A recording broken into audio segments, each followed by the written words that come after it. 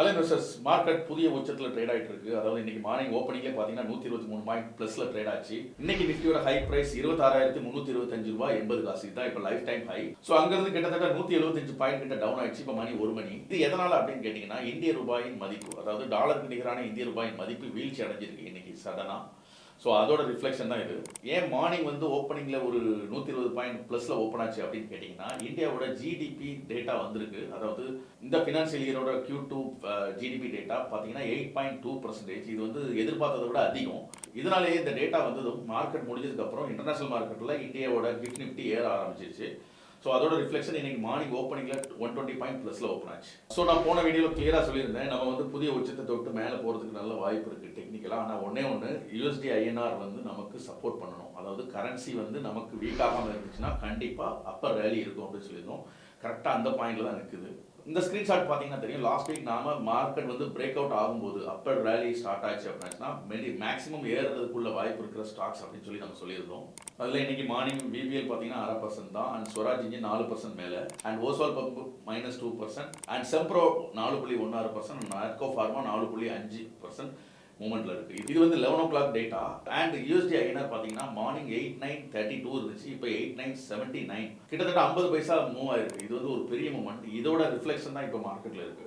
ஜிடிபினா நம்மள நிறைய பேருக்கு தெரியும். ஜிடிபினா கிராஸ் டொமஸ்டிக் ப்ராடக்ட். அதாவது நாம எவ்வளவு பொருள் உற்பத்தி பண்றோம், எவ்வளவு சேவை உற்பத்தி பண்ணி வெளிநாடுகளுக்கு கொடுக்குறோம், அண்ட் நாமளும் எவ்வளவு யூஸ் பண்ணிக்கிறோம். இதுதான் ஜிடிபி. இந்த ஜிடிபி உயரும் போது என்ன அர்த்தம் அப்படின்னா நிறைய நாம வாங்குறோம், நிறைய பொருட்கள் தயாரிக்கப்படுது, அந்த நிறைய சேல்ஸ் நடக்குது. இதுல அட்ராக்ட் ஆகி FIIs பணம் போடுவாங்க. ஸோ ஆட்டோமேட்டிக்கா நம்ம மார்க்கெட் மூவ் ஆகிறது நல்ல வாய்ப்பு இருக்கு. இதே மாதிரி ஜிடிபி குறைவா வருது அப்படின்னா என்ன அர்த்தம்னா மக்களோட வாங்கு சக்தி குறைஞ்சிச்சுன்னு அர்த்தம். அதனால பொருட்களோட தயாரிப்புகளும் குறைஞ்சிரும் அண்ட் சேல்ஸும் கம்மி ஆயிடும். ஆட்டோமேட்டிக்கா ஒரு வீக்கெண்ட் மார்க்கெட் ஆயிடும்.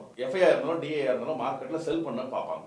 ஸோ இப்போ அந்த ஜிடிபிங்கிறது லாஸ்ட் ஒரு 5 குவார்ட்டரா நல்லாவே வந்திருக்கு. ஸோ அதோட வெளிப்பாடு தான் இன்னைக்கு மார்க்கெட் அப்ல இருக்கு. ஓகே, நெக்ஸ்ட் பாயிண்ட் போகலாம். ஸோ இந்த ஜிடிபியில் பார்த்தீங்கன்னா financial and real estate and professional service இதில் தான் அதிகமான ஒரு நம்பர்ஸ் காமிக்குது. அதே டைம் பார்த்தீங்கன்னா அடுத்தது trade, hotels, transport and communication, and அதுக்கு அடுத்தது மேனுஃபேக்சரிங் கம்பெனி. ஸோ நாம ஃபோக்கஸ் பண்ணுறதா இருந்தால் எதில் பண்ணலாம் அப்படின்னா finance and real estate. And real estate கொஞ்சம் ரிஸ்க் தான், அண்ட் ஃபினான்ஸில் நம்ம ஃபோக்கஸ் பண்ணலாம், அண்ட் மேனுஃபேக்சரிங் கம்பெனிஸ்லையும் ஃபோக்கஸ் பண்ணலாம். ஏன்னா ஜிடிபி க்ரோ ஆகிட்டு இருக்கிறது, அது சடனாக ட்ராப் ஆகாது.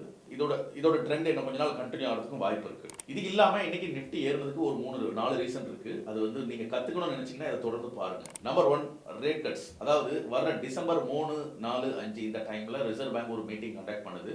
ஏன் அப்படின்னாச்சுன்னா அமெரிக்கா 0.25 ஃபெட் ரேட் கட் பண்ணலாம் அப்படிங்கிற ஐடியால இருக்கு. அதனால இந்தியாவும் அதை கட் பண்றதுக்கு அதிகப்படியான வாய்ப்பு இருக்கு.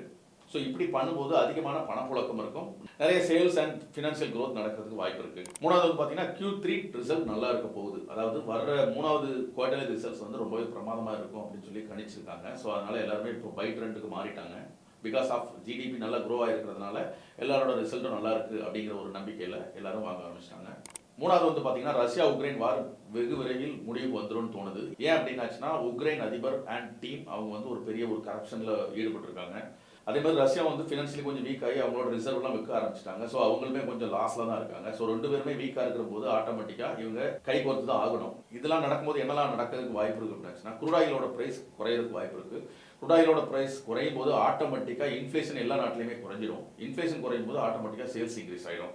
இதுக்கு reason Russia one of the ஒரு biggest crude oil supplier for world. நாலாவது பார்த்தீங்கன்னா 25,800 இருந்து 26,100 வரை ஒரு நல்ல ஒரு சப்போர்ட் இருக்கு நிஃப்டிக்கு. ஸோ மார்க்கெட் இங்கேருந்து ஃபால் ஆச்சுன்னா கூட 26,100, 25,800 இந்த ரேஞ்சில் சப்போர்ட் எடுத்து திரும்ப ரிவர்ஸ் ஆகிறதுக்கு வாய்ப்பு இருக்கு. அதாவது சப்போர்ட் லெவல் கொஞ்சம் மேலே வந்துருச்சு, டெக்னிக்கலி ரொம்ப ஸ்ட்ராங்காக இருக்கு. இப்போ குளோபல் மார்க்கெட் எப்படி இருக்குன்னு பார்க்கலாம். அதில் மெயினாக கோல்டு அண்ட் சில்வர் எப்படி இருக்குன்னு பார்ப்போம். நான் முன்னாடியே சொல்லிட்டு இருக்கேன் ஒரு விஷயம், கோல்டில் இன்வெஸ்ட் பண்ணுறதா இருந்தீங்க அப்படின்னாச்சுன்னா கோல்டு அண்ட் சில்வர் கம்பெனினா இன்வெஸ்ட் பண்ணுங்க.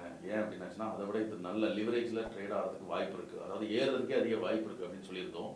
அதுதான் எக்ஸாக்டாக நடந்துட்டு இருக்கு. ஃபண்டமெண்டலி ஃபெட் ரேட் கட் வர்றதுனால அது கோல்டுக்கு ரொம்பவே நல்லது, அது ஏறதுக்கு அதிகப்படியான வாய்ப்பு இருக்கு. ஆனால் டெக்னிக்கலி இந்த இடத்துல ஒரு ரெசிஸ்டன்ட் இருக்கு. இது ஒரு ஷார்ட் டேர்ம் ரெசிஸ்டன்ட் தானே தவிர இது கண்டிப்பாக அது ரெசிஸ்டண்டா அப்படின்னு கேட்டீங்கன்னா இல்லை, ஒரு ஷார்ட் டேர்ம் ஒரு ஸ்விங்கான ஒரு ரெசிஸ்டண்டா வச்சுக்கலாம். சில்வர் இன்னைக்கு பார்த்தீங்கன்னா இந்த ஃபெட் ரேட் கட் கன்ஃபார்ம் அப்படின்னோடனே அப்பர் கட் அடிக்க ஆரம்பிச்சாச்சு. பிரேக் அவுட் பண்ணிடுச்சு ஃப்ரைடே. அண்ட் இப்போ வந்து பார்த்தீங்கன்னா ஒரு சின்ன டோஜி மாதிரி ஃபார்ம் ஆகிட்டு இருக்கு. யூஎஸ் மார்க்கெட் ஓப்பன் ஆனதுக்கப்புறம் தான் தெரியும் இதோட ரிஃப்ளெக்ஷன் எப்படி இருக்கும் அப்படின்ட்டு. அண்ட் டாலர் வந்து பார்த்தீங்கன்னா நல்லாவே வீக் ஆகிட்டு இருக்கு. இது கீழே வரணும். கீழே வராத வரைக்கும் மார்க்கெட் ஒரு பிரேக் அவுட் பண்ணி ஒரு 1000 பாயிண்ட் மூவ்மெண்ட்டுங்கிறது சாத்தியம் இல்லை.